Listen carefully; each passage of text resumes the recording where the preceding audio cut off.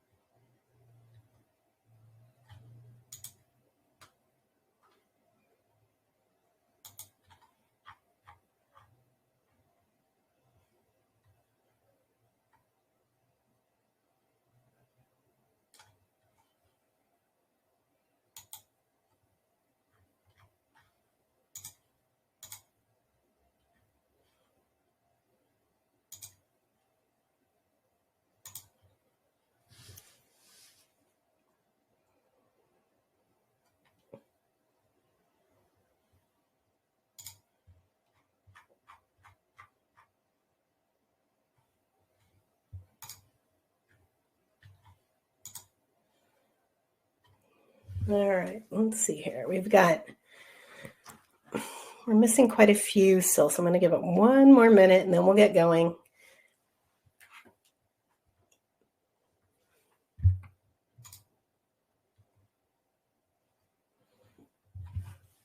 Hi, Shanna. For those of you joining us, this is meant to be a Q&A along the way, so feel free. Before I change slides, I don't know why that just changed. Let's try not to do that yet. This will be open to questions. So there's a chat feature. That's the easiest place to throw the questions in. I'll pay attention before I change a slide and see if there's any questions before I advance. So I don't want to go too fast for you. For some of you, this may be really boring. I get pretty basic. I think it's important to make sure everybody understands how property taxes work. So bear with me if some of this is redundant for you. Thanks for joining us, Tony. I'm excited to get this rocking and rolling, and I'll be excited. Let me tell you what, I'll be really excited when we see our appraised values come out in the next couple of weeks. I'm hopeful, let's just say, that we'll see a reduction, but we can talk about that later. All right, one more minute, and then I'm going to rock and roll.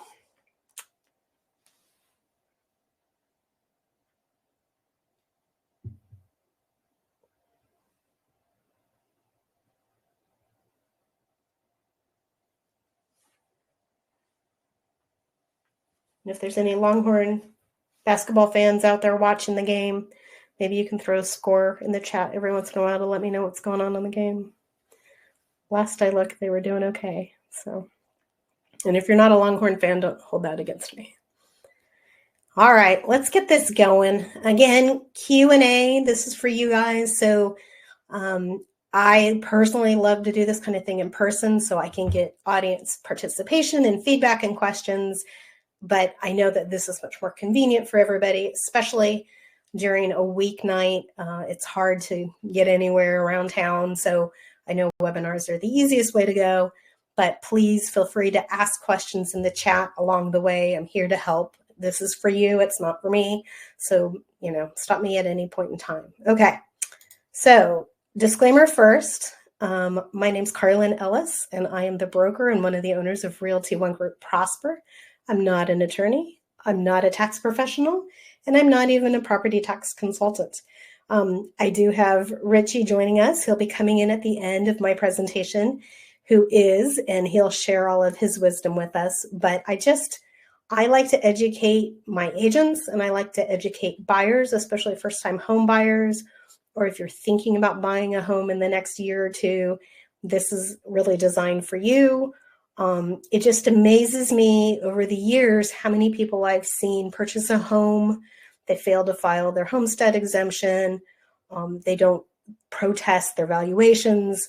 So I like to do this class every year so that I can educate as many as possible in hopes that, people stay on top of what the county's doing, the districts are doing with our property taxes. It's important to pay attention. I personally fight mine usually every year. I've gone in front of the review board multiple times, and I've never had to sue them, knock on wood, but I've gone in front of them. I usually never settle. I usually always choose to go in person and protest and in front of the board. So I definitely have experience doing this. All right. Let's see. So first of all, let's start off with what are property taxes? Property taxes are a local tax that's provided to help source needs to pay for things like our schools, our streets, our emergency services. It's based on a value of your property and a tax rate, and we'll get into that in a moment. But Texas has no state property tax, which we all know, or no state property tax, has no income tax. So that's a typo. Doesn't have a state income tax. There's a property tax, not an income tax. And so we need to come up with the funds from somewhere. And so property taxes is the way we come up with the funds to pay for all of these services. In Hays County and some of the other outlying counties, you'll see a lot of taxing entities for MUDs, which are municipality utility districts. So when a new subdivision goes in, they need to put the infrastructure in for that subdivision, the roads, the water treatment plant, sewage treatment plant, all those kind of things. That infrastructure needs to go in for a community, and that costs money. And so you'll see a tax on some subdivisions for a MUD tax, which is covering the cost of those. So we'll go into all that in a minute. But basically, it's all of these entities collecting funds to help pay for all these different services. So there are two pieces to the puzzle, is the way I like to describe it. The first piece is understanding how much is the home worth, that valuation. The valuation is done by the appraisal district. So every county has an appraiser, a chief appraiser, who works for the appraisal district along with his staff or her staff. And I'm sure you've heard in the news, Hays County Appraisal District or Travis County Appraisal District. Their only job is to determine the value of your home or your property as it stands as of January 1st of every year. So they determine the value. And then the second piece of the puzzle is that tax rate. And the tax rate is determined by adding up all the different taxing entities that affect the combined rate. And then the two come together to create your bill, and your bill is due at the end of the year. My voice has been really scratchy because of allergies. Sorry, guys. Okay, I'm going to do my best. So again, first piece of the puzzle is the valuation. Oh, good, 2711. Thank you, Lynn Wheeler. Valuation times the tax rate equals a total bill at the end of the year. It is two different entities that handle this. So the appraisal district is the one doing the valuation, and then the tax assessor or tax collector is the one that issues the bill. They get the valuation from the district, they get the taxing rates from all the different entities affecting that property, and then they collect the money. The tax collector or the tax assessor collects the money at the end of the year. So let's jump into valuation first. I think, let's see. Oh, here we go. Here it is. What? So the property owner is the one responsible for paying. They're the taxpayer. The district, like I said, determines the value. The assessor collector collects the funds. The taxing units, we'll break down taxing units in a minute, but these are some examples of different taxing units who will charge a percentage. And that percentage is usually, oh my goodness, usually determined sometime in the summer. It can be set by elections. They could choose, each taxing unit can choose to change the taxes, the percentage. Well, there's different rules that apply. I'm skipping ahead.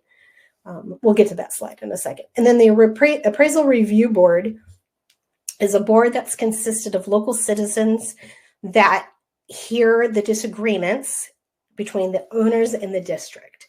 And they decide, they have final judgment in determining valuation. If you dispute, you can protest your valuation and then end up taking it before the review board.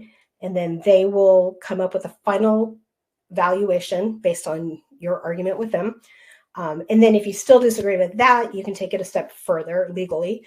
But the Appraisal Review Board is just, it's important to understand, it's made up of local citizens that are there working. They're supposed to be impartial to help determine a fair valuation of your property. And again, as I mentioned, I've gone before the review board multiple times. And we'll talk about a little more towards the end. Okay. So recap so far, the appraisal district determines the value. The taxing units are who are charging the money, the percentage. It'll make more sense in a second on my next slide. And the two combined is your bill, and it's the tax collector who collects the money every year for the bill and then turns around and pays out those taxing units. Okay, so let's look at this calendar. I like to make sure everybody really understands the calendar because it's incredibly important. I can't tell you how many times I get phone calls at the end of the year in October when a homeowner, first-time homeowner in particular, gets their property tax bill and they're freaking out because it's too much. And they're saying, my home's not worth this. I can't believe this. How do I fix it? Well, by October, it's too late to fix it. We have to pay attention in the next few weeks. So if you look here, this yellow, January through April, this is where the appraisal district is determining a value of what your home was worth on January 1st. And that piece is really important to understand with new construction. We'll talk about new construction a little bit later. But so usually around April, first week of April, notices are sent out to all of your homes that says what the appraisal district has assessed your value to be for this year as of January 1st. When we get that letter, we need to immediately file an online appeal. You'll go online. You should have an online account. That statement will have a number that you will use to file your appeal. And I recommend, and Richie may disagree with this one, but I usually recommend to all my clients to appeal every year, no matter what. I mean, this year may be different than we've seen in a long time. Hopefully values are coming down because the market in our area really kind of has taken a hit and had come down in values over the last year. So maybe the county's valuations will come out lower this year and we'll all be pleasantly surprised. I don't know. I'll let him speak to what he thinks is going to happen there. But typically they are going up and we don't want them to go up and we want to protest them. Now, sometimes do we have evidence in a case? Absolutely. And sometimes maybe we don't. But I recommend we protest, and then we'll talk about resources and how to do that in a minute. So the most important thing right now to note is that you're going to get a piece of mail in the next few weeks from the appraisal district that values your home. And if you don't even know what to do with it or what it means, talk to a trusted professional, either your realtor who helped you purchase the home or Richie, somebody like him. But don't just ignore the statement, please. Let's all protest. Okay. There will be a deadline to file your protest. Typically, it's the 15th of May. Oh my gosh. It's usually, gosh, Richie, now I'm trying to blank. Is it 30 days after you receive the statement? we'll find out. We'll clarify with him. He will know. Yes, it is. Okay, that's what I thought. So you're going to want to make sure you file the protest, and then they will come back to you based on when you file the protest. You'll say, this is why, or you may say, this is why at that point. This is why I think your valuation's wrong. This is what I think your valuation is. And they may counter you, and you guys may accept the counter and be done and happy and everything's great. Or they may say, sorry. They may assign you a hearing right away. Last year when I filed my protest, they didn't come back with a counter. They just assigned me. I said I would be willing to go before the review board in person, and they assigned me a date. And so then I went, and I was one of the first people to go. When that happens, I'm, my gosh, requesting their evidence. I'm getting ahead of myself on slides again. Anyways, back to our calendar. So basically what happens is from May through the summer, and sometimes it drags on even longer. I heard some of the protesting valuation hearings and lawsuits, all of that were playing out at the end of the year and into early this year. So basically the summertime is when the district is hearing all of those hearings, listening to all those hearings and determining the values. At the same time over the summer, that's what that equalization phase is. Then during the summer through the early fall, there could be elections that adjust the taxing unit's percentage of what they're going to charge for that year on their taxes.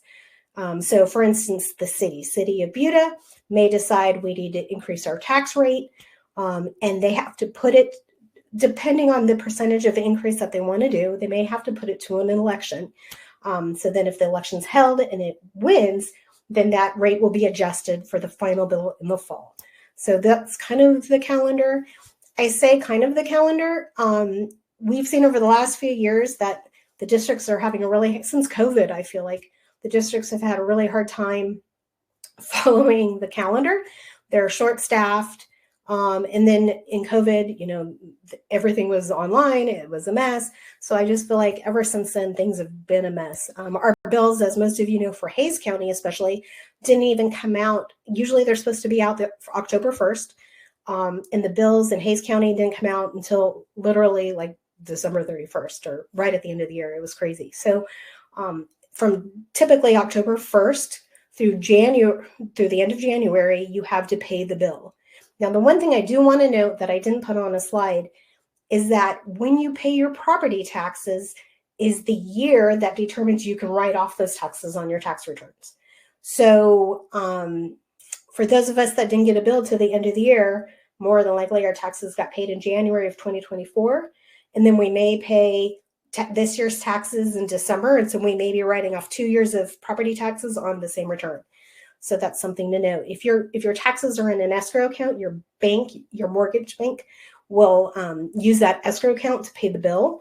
And it's when they pay the bill that you can then apply it on your tax return. Okay, let's keep going. So this is just more of a summary of the timeline. Early spring are the values. May, we're filing our appeal, our protest, hearings begin. The tax roll and tax rates are then adopted. That's what the voting may be necessary if we're increasing the values. And then October when the invoices come out. First phase is that analysis phase, which the chief appraiser is required to do. He and his team are set to determine evaluation, as I've mentioned, as of January 1st. And I keep harping on that a little bit because of a lot of I'm adjusting my leg, it's killing me. Okay, a lot of our homes in especially Hays County are new construction, and new construction homes, like on January 1st, maybe I bought my home in October. Well, on January 1st, that home maybe only was a slab and not a finished home.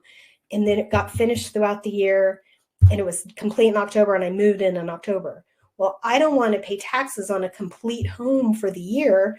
I only want to pay on how the home appeared on January 1st. So I personally built a home a couple of years ago, and on December 31st, I went out to the job site and I documented the stage of the home on that date so I could prove to the district what it was in. It didn't even have sheetrock yet.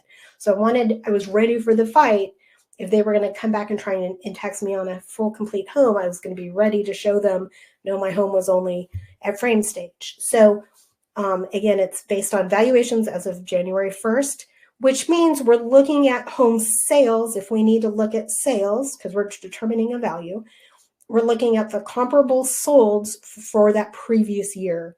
So as of January 1st, 2024, we're going to look at 2023 sales. Okay. This is how the district determines the valuation. They assign a land value to a subdivision, basically, roughly. And then they give an improvement value based on the structure and when the homes were built. And then they have what's called a neighborhood multiplier that they use. It's a mass assessment, and it can cause errors. One of the bigger errors we see in our area often is that as the homes age, one home may be updated, but your home may not be updated. Your home may have a foundation issue or some other material issue that's affecting the value. So you can easily and should always fight that valuation, because you shouldn't be compared. You shouldn't have the same value as a home down the street that's the same floor plan, but they've been completely remodeled and updated. So it's really important to pay attention to those things. Okay, let's keep going. Equalization phase. So this is, again, by May, we filed our protests. We are working through the valuations. Oh, there you go. Deadline, protest deadline's 30 days after you receive your valuation. So again, we're paying attention to the mail over the next few weeks. We're looking at what that home is valued at, and then you're calling and getting help on that. Call your realtor. Okay, and I'm kind of going a little faster, but again, guys, if you have questions, slow me down. Appraisal, protests, and appeals. So this is where Richie's probably going to come in at the end and talk a little bit more, but I'm just going to highlight it. Basically, we have the right to protest. The district may offer us, like I said, a settlement. We can reject it. We can accept it. In one of my cases, I knew I had a really hard case, and I had built a custom home in a tract home community, and the tract home community affected the valuation of my home. Like for resale values, I was never going to get what that home could be worth had it been built on an acre lot in a custom home community. But they were trying to value my home at really a custom home level. So they offered me settlements twice. And I said, nope, I'm coming before you. And then when I got to them, they tried to offer me another settlement before I went in to visit them, before I went in before the board. And I said no again. And then I went in before the board. And it was not a fun, pretty sight. I ended up getting the value down, but not nearly what I wanted. We were at a stalemate. It was not nice, but that's okay. But anyways, the point is, like, just because you file an appeal or a protest doesn't mean you're necessarily going to have to go before the board. You usually will get opportunities to settle. And so you'll file your protest, give the evidence if you've got some evidence, and then they may come back with a settlement right away. Again, this is just breaking down the protest process like I've talked about. Basis for the appeal. So I talked about it a moment ago, factual errors or damage to a property is a big one and one of the easiest ones to fix. So like I said, if your home has foundation issues, it hasn't been updated and maintained, maybe you, we saw a lot of storm damage through the snowstorm, the ice, snowpocalypse. So I was encouraging all of my homeowners who had damage done to their homes to document that damage and send that into the board. I had another homeowner whose foundation completely failed. And she ended up suing the builder, and it's a whole long story. I won't go into it, but I said, send all that documentation about the foundation problems, into the county, because you shouldn't be paying taxes on that valuation. That home was essentially worth nothing at that point. The land value basically is what it was worth. So factual errors are usually very, very easy to get corrected. The market value and unequal value are the harder ones to determine. Market value was really the hardest. So market value was a lot of what we tried to fight last year. And the problem for us last year in our protests was that the market for the first half of 2022, so I'm talking about fighting value in 23, in 2022, the values were taking off in 21 and going up still a little bit in 22, and then we dropped off the cliff towards the end of 2022. Well, you know, in my opinion, January 1st of 23, the values had come way down. But sometimes some of the only results we had to help us determine market value were from earlier on in 2022. So that argument was really hard to get across to the county district. And it's, you know, it is what it is. This year should be much easier for that. But again, we don't know what the district's going to come out with on valuations. We're hoping they're going to come down. If they don't, we should have a pretty easy case to submit and get the market value to show that values did come down last year. Here are the solds for homes like my homes in my neighborhood. That's an easier fight. Unequal value. Unequal value is if, let's say, your floor plan is being assessed all over the neighborhood for $50,000 less than your home. It should be equal. Like if all things are equal, like the lots, you know, all have the same view and they're all about the same condition. You know, if that's another easier argument to win is, look, you're valuing the X, Y, and Z homes, which are just like mine, for $50,000 less than mine. That's an easier one to win. But those are the three bases for appeal. Okay. This is just an example of one of my hearings a long time ago, but this is what it looks like. So I filed a protest and they said, here's when you're coming to court. No, it's not court, it's a board. Okay, keys to winning. Most success is proving that their case is incorrect. The minute you file a protest, you should request their evidence. They are going to have evidence against. It's not court. I keep acting like it's court. It feels like court. They're going to have evidence that proves their case, and our job is to disprove their case, to show why it's flawed. So we want that evidence before we go before the board. How many homes should you present as comparables? As many as you possibly can, Shanna. And I'll let Richie answer too in the end.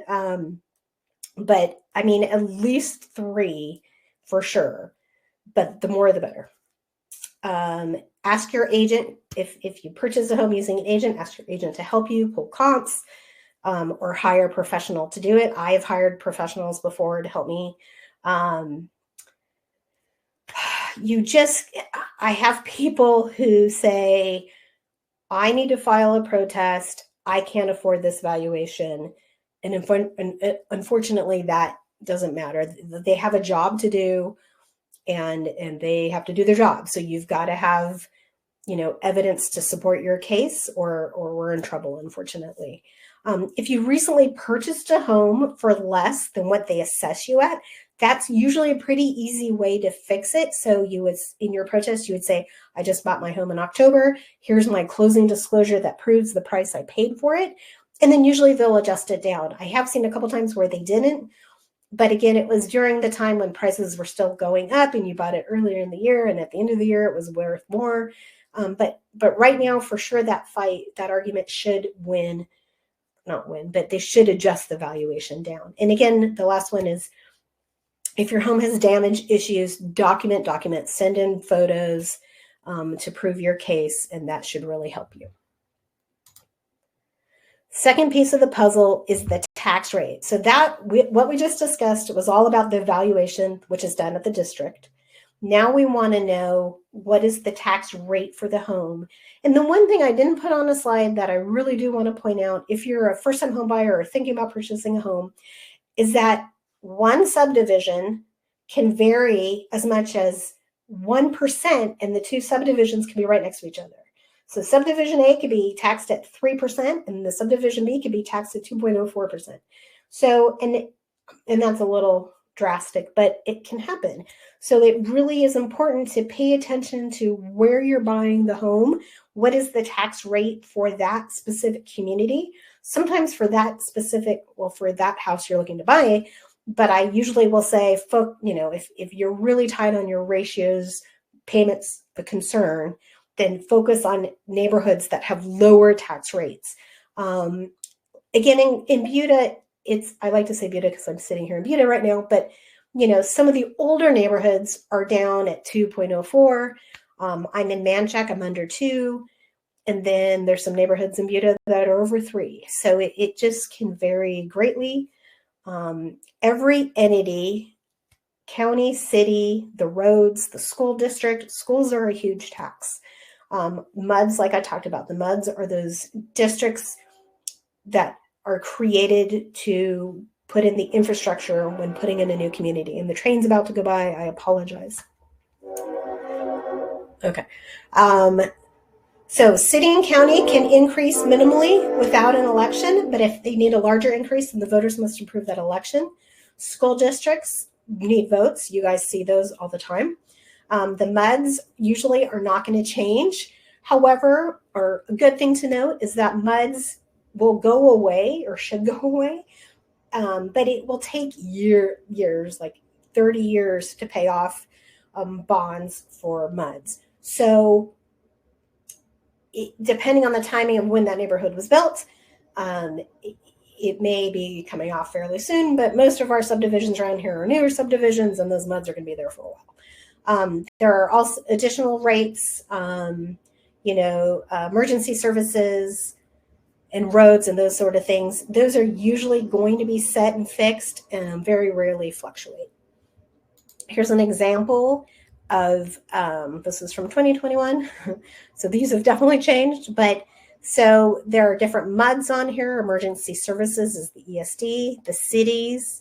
So they get layered on top of each other to create an entire tax rate for one home. And I'll show you what I mean in a moment. I do have an example. Here we go. Here's an example. Okay. So over here on the left is the property value that was determined by the district. We have the land and the home to determined an assessed value. Then over here on the right is the breakdown, and these are the taxing units that make up the total tax rate. So if you add all these together, you get the total tax rate. And notice I said the school taxes are the most expensive. Look at that. It's the highest on here. This particular property did not apply or did not have any exemptions that were applicable. So the exemption column is 0. So it's the taxed value times the tax rate equals the taxes paid. And this is broken down by taxing unit. So ACC is going to get $580 from this taxpayer. The city of Buda is getting $2,000 and so forth and so on. That's what determines the total tax bill. And it's this $12,053 that's paid to the tax collector or assessor at the end of the year. I'll show you one with the exemption in place in a moment, but let's do a summary so far. We've got value determined based on condition as of January 1st. April is about around when we're going to find out what that value is for the year. We're going to dispute it. We're going to figure out our final value by the summer.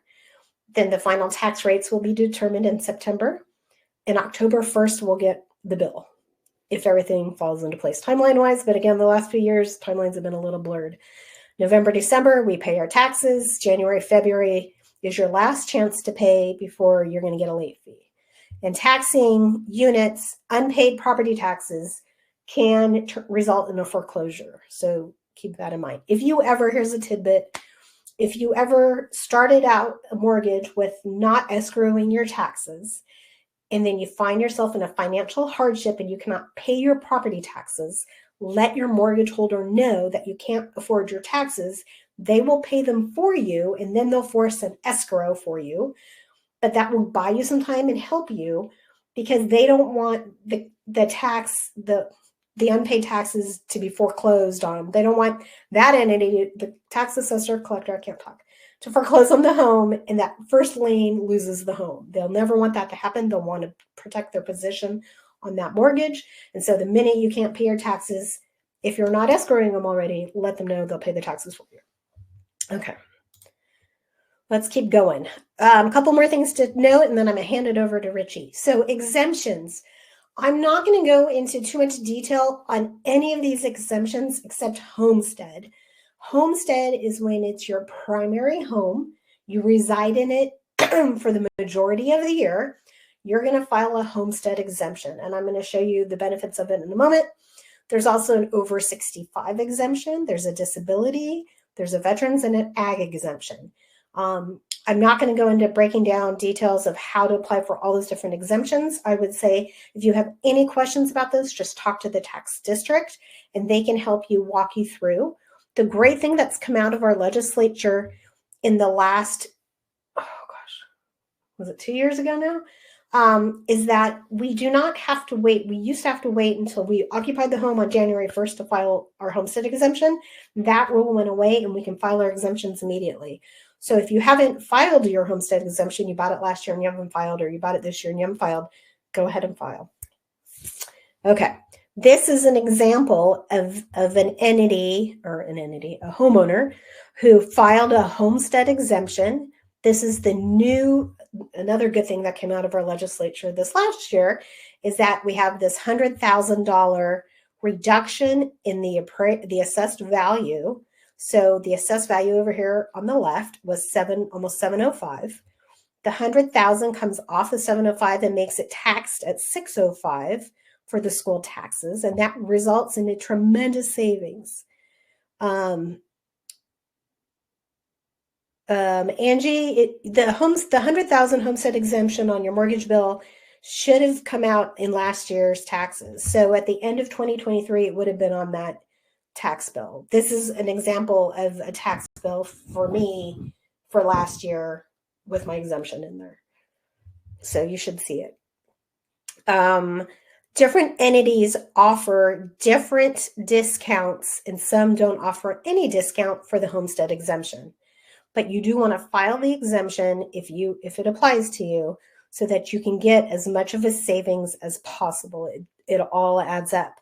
There are other reasons to have an exemption in place to make it your primary home. There are legal reasons that I'm just not going to go into, but there are certain financial reasons why you may need to protect your home if you ever got into a legal issue, dispute, people you owed money, stuff like that. So I'm not going to go into any of that because I'm not a professional in that world. So just note, file your homestead as soon as you can. It will save you money in your taxes.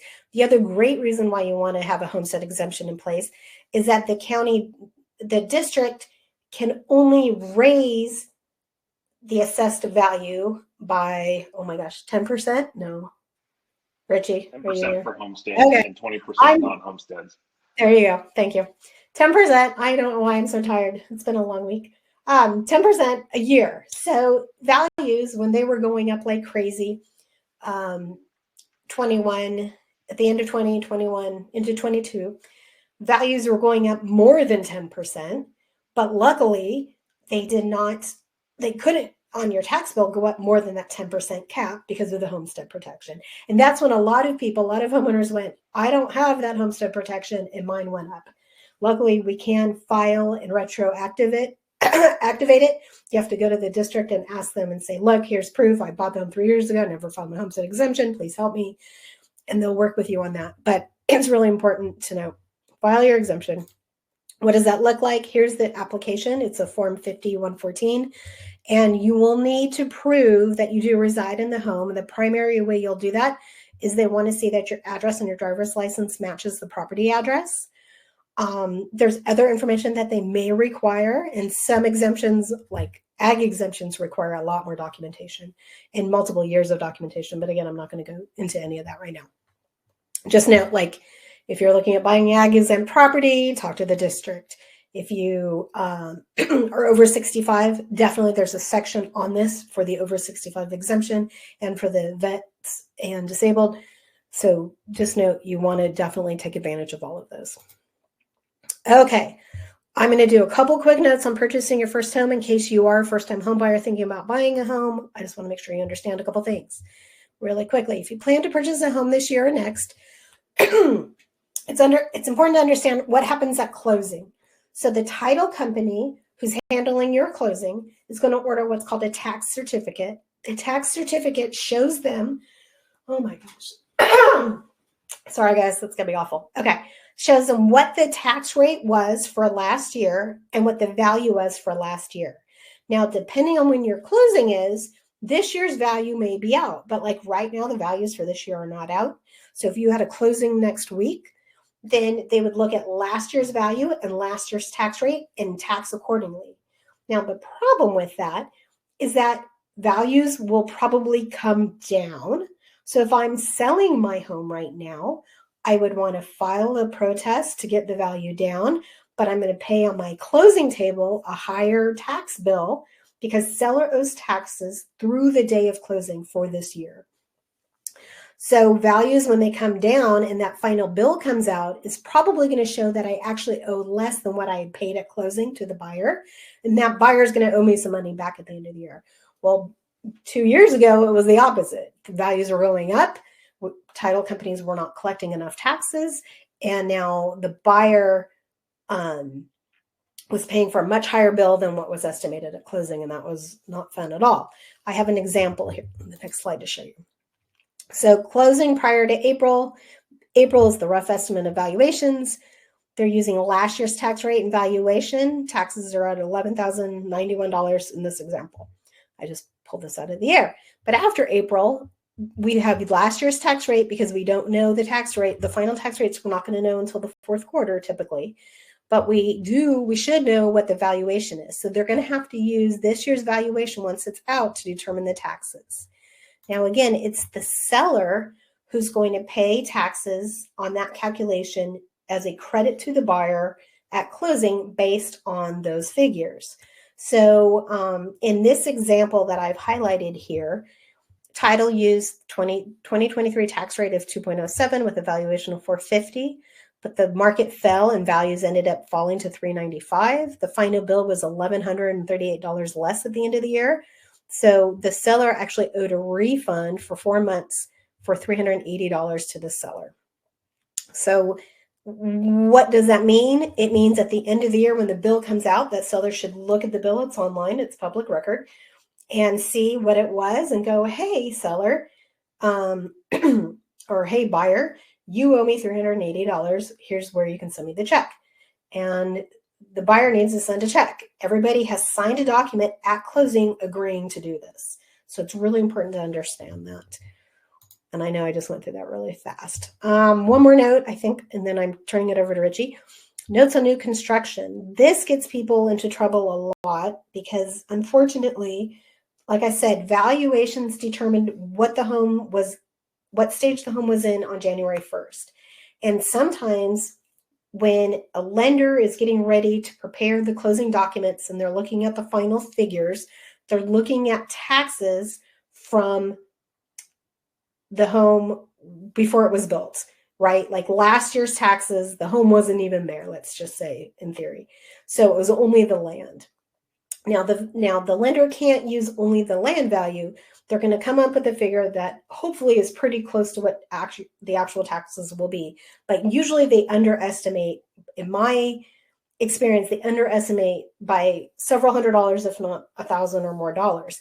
And so what I want you to do on new construction is look at what is the purchase price of the home I'm buying, what is the tax rate for the neighborhood, and if they're not collecting that amount of money from you in taxes in your escrow account every month, I would set aside extra money so that I have it if there's a shortage at the end of the year to make up the difference. Something to think about. Talk to your lender before the closing if you're purchasing new construction and just see if, ask them how do they determine the amount they're collecting on property taxes. Show me the math. I want to make sure you're collecting enough. And sometimes they do, but more often than not, I see that they usually don't. Let's see. Does homestead exemption expire after you've applied? No, your homestead should remain on your home as long as you own the home. Now, where I see people get into trouble is maybe a lot of people who have paid off their home, they decide to put it into the name of a trust. By changing it from you to your trust, you will lose your exemption. So you need to go back and reapply for it. But no, the homestead, once you get it, it shouldn't be going anywhere. That's a good question. Did I miss any more questions? I don't think so. Okay. All right. I think I'm done. Recommendations. Ask your agent for help. there are companies that you can hire, such as Gill Denson and Company, and Richie Gill is here to talk. All right, I'm going to be your flipper here, but I'm going to hand it over. Well, thank you very much. That was an excellent presentation. Very, very thorough. I Thank appreciate you. that. I'm sure everyone on here appreciates that. So, and thanks for having me. I really appreciate it. Thanks for All right. joining us. We appreciate it. Yeah, so let's get started here. So I put together a couple slides. A few of them are a bit redundant, so I'll go through them quick. So why don't we go ahead and get started here on the first one. So the property tax protest overview, and this was mostly already talked about, so I'm not really going to spend much time on this. The overview is appraisal districts value properties as of January 1. Appraisal notices are about to be released sometime in the next 2 to 4 weeks, depending on what county you're in. Travis and Hays will be out soon. The protest deadline is either 30 days after your notice of appraised value or May 15th. So most counties in Central Texas have their notices out by April 15th, so May 15th is the deadline. There's a few exceptions, and sometimes properties that have more complex accounts, they'll come out later. So Travis County will release their commercial properties or larger properties sometimes later, and so that deadline may be June 1st, but most of the time it's May 15th for 90% of cases. Informal negotiations and ARB hearings, typically the bulk of them occur in the summer, June to September. Like we were talking about before, July is the certification date for when a bulk of the hearings need to be done, so most of them are done in June and July. And then a few of the cases that are more complex or that have larger reductions that don't get a reduction in the ARB go to what's called judicial appeal. It's binding arbitration or litigation. And if anyone has a question about that, we can talk about it. Awesome. Right. So why protests? So we get this question a lot. And the main reason to protest is because of the mass appraisal methods that local districts use. Let's use Hays County, for example. They have a staff of a few dozen people, but they're trying to appraise the value of tens of thousands of parcels. And so it's a large task. And no one can really blame them for having errors because it's impossible to value each property individually. They just don't have the resources to do that. And so they use a large database and a large computer model to come up with values for every parcel of property every single year. And so that is a large monumental task that they try doing. But in doing that, they do have quite a few errors that they have in their system. And so protesting allows you to correct these errors and to point out different ways that your value should be lower. So last year, clients of our firm, 80% plus, received some kind of reduction in their market value for one of their properties they have with us. The average successful appraisal reduction was just over $46,000, and the percentage-wise, that's just under 9% for the average successful reduction. So in most cases, we have plenty of people that come to us that they think their home could sell for $800,000, but the tax appraisal is at $650,000. That doesn't mean that there's not a room for a reduction because their neighbor's house could be valued at $450,000. So we see that all the time, that regardless of what you think you could sell it for, there's still room for a reduction in a lot of cases. So keep that in mind. Absolutely. Go to the next slide. All right. So this is just a summary. Uh-oh. We lost you there for a second. Okay, I'm back. So this is a summary of the levels of appeal, and this is our services. So basically, how it works is there's three main stages to the protest process. One is the informal negotiations, and this is either done online on an express system or it's done in person with the appraisal staff. So most of the time we reject these offers. Most of them are offers to get people to not come into the ARB hearing, and it's a way for them to avoid hearings most of the time. Sometimes we will sit down with an appraiser and they will give us a legitimate offer, and it is a good offer and we will take it. So I'm not going to say we always reject them because we don't, but on a case-by-case basis, if we can go in and sit down with someone, and usually an agent like us, in Hays County, we work with over 1,000 properties, and then Travis, we have over 4,000. So when we go in there, we actually get to sit down with either the chief appraiser or the deputy chief appraiser. And so we're able to talk about individual accounts and get a more substantial dialogue than most property owners get just one-on-one. we'll actually be able to sit there for 4 or 5 days in a row and go through hundreds of accounts and look at each individual file and give it the attention it needs. So that's how the informal works.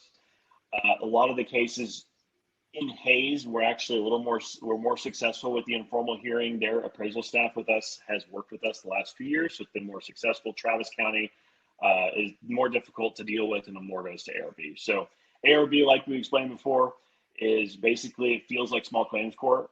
You're making a presentation, county makes presentation, 3 people is the jury, and they decide. So it's a bit of a subjective process, just like when a court case goes in front of a jury.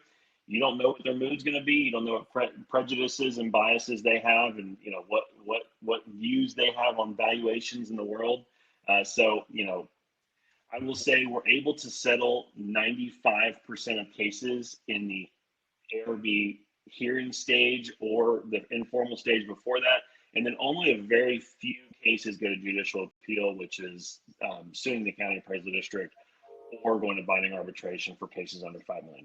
So it's a limited number of properties that have to worry about that, but most of them, we just use our judgment on how far we go.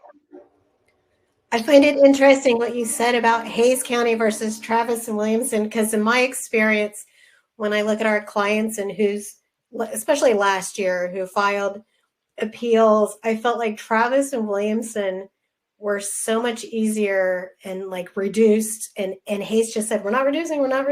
Like, I don't know. It was, yeah. So, it's with Hays County, we work with one of the deputy chief appraisers, Mike, over there, and so he actually knows some of our staff, and we have a good personal relationship with the people over in Hays County. So that definitely helps us. I think when you don't have volume over there, I definitely see that they are more difficult to work with. They always schedule an ARB hearing right when you file a protest.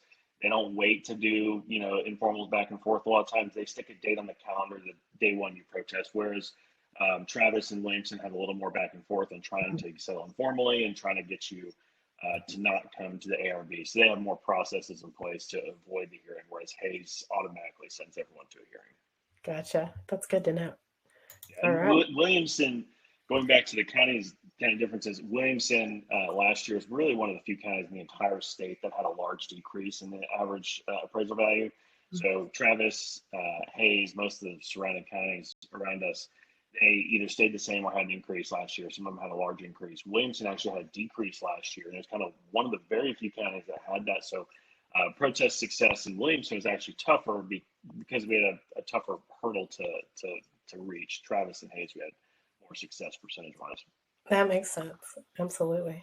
So because of our relationship with Realty One, we're excited to offer anyone on this call, any friends, referrals, anyone a discount for using our services. So we just charge a percentage of the tax savings that we are able to get in the protest process. It's 25% of whatever we save on your tax bill after all the exemptions. So we're not going to charge you if you apply and get a homestead exemption for your first year and get the $100,000 exemption, or if you're 65 and older and get the tax ceiling. We're not going to charge for any of that. We're just charging based on what we get from our protest results. And so if you don't save anything, for instance, we don't charge anything. And if we do, we charge 25% of what we save. That's awesome. I love it. Let's see. Oh, Lynn, bless your heart. 37 to 27, 2 minutes left. Texas is winning. Woohoo. Okay, good. I always do this every year during March Madness. I'm not quite sure why I subject myself to that. That's hilarious. Okay, well, that's great. Okay, guys, any questions? I really hope this was helpful. And I will be definitely reaching out to you because I want a professional to help fight my commercial property. That's a killer on me. And we'll see what my house comes out with. Since I just built it, I'm terrified of that one. But any questions? I'm not seeing any questions in chat. Oh, wait, here. Q&A actually is lit up. Let's see. And just so y'all know, to get this discount, you can either you can go on our website and there's a Get Started button to fill out, and that's how you can register for a service. And we'll have a code. I believe the code is Realty One. We send a brochure that we can get distributed afterwards. But if you put in Realty One in the discount code section, it'll give you the discount on the line, or just call either me or my business partner, Charles, one of us always answers the line. It's a 1-800 number, but it goes right to my computer and I'll be able to talk to you. Awesome. And actually, here, I'm going to upload the brochure right now. I meant to do that earlier, and then I...